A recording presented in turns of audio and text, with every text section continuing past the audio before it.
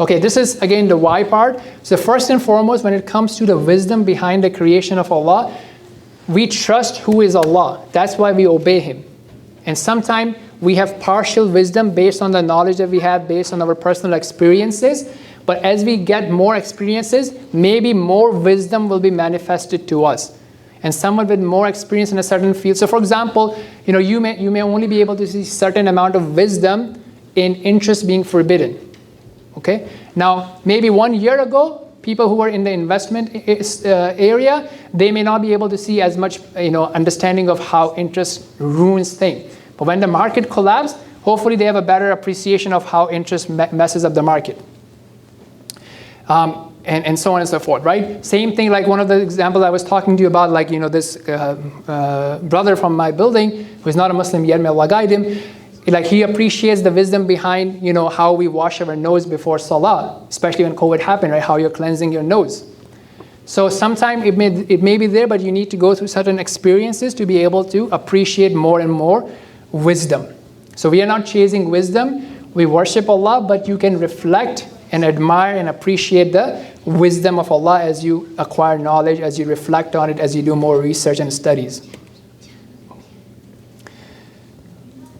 So the point being that, look, our worldview is that there's a creator who has given us these body parts and this ability and this life, and He has given us some boundaries. If we follow that boundary, the whole humanity will prosper. There will be justice established in the world, and that is how I become grateful. So that's why I fast, by respecting the boundaries of Allah. That's why I wear hijab, by respecting the boundaries of Allah, and so on and so forth. And this is a distinction, right? That the order that was given to Shaitan and the order that was given to Adam alayhi salam.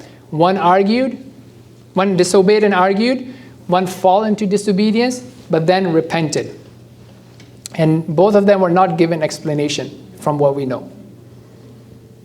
And we are not submitting to our intellect, because intellect can be easily tampered with. Some people say this is better, some people say that is better. And even in our regular worldly life, whatever opinion you are taking, right? So maybe you have certain health opinions you take, you follow a certain philosophy, certain doctor. Let's say someone is recommended in your family to have a surgery. You would always have alternate opinions, but you follow the one that you believe in. That's the submission, and that's what we do when we believe in Allah subhanahu wa ta'ala.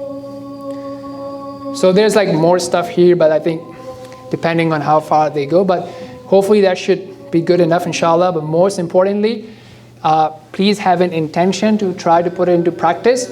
Initiate one conversation at least. If it doesn't go through anything, then another one.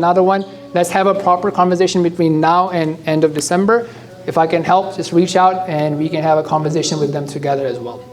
So thank you for attending. May Allah subhanahu wa ta'ala make it beneficial for us and accept from us. Subhanakallahumma wa bihamdika ashhadu an la ilaha illa anta astaghfiruka wa atubu ilayk. Sallallahu ta'ala ala nabiyyina Muhammad wa ala alihi wa ashabihi wa sallam. Wassalamu alaikum wa rahmatullahi wa barakatuh.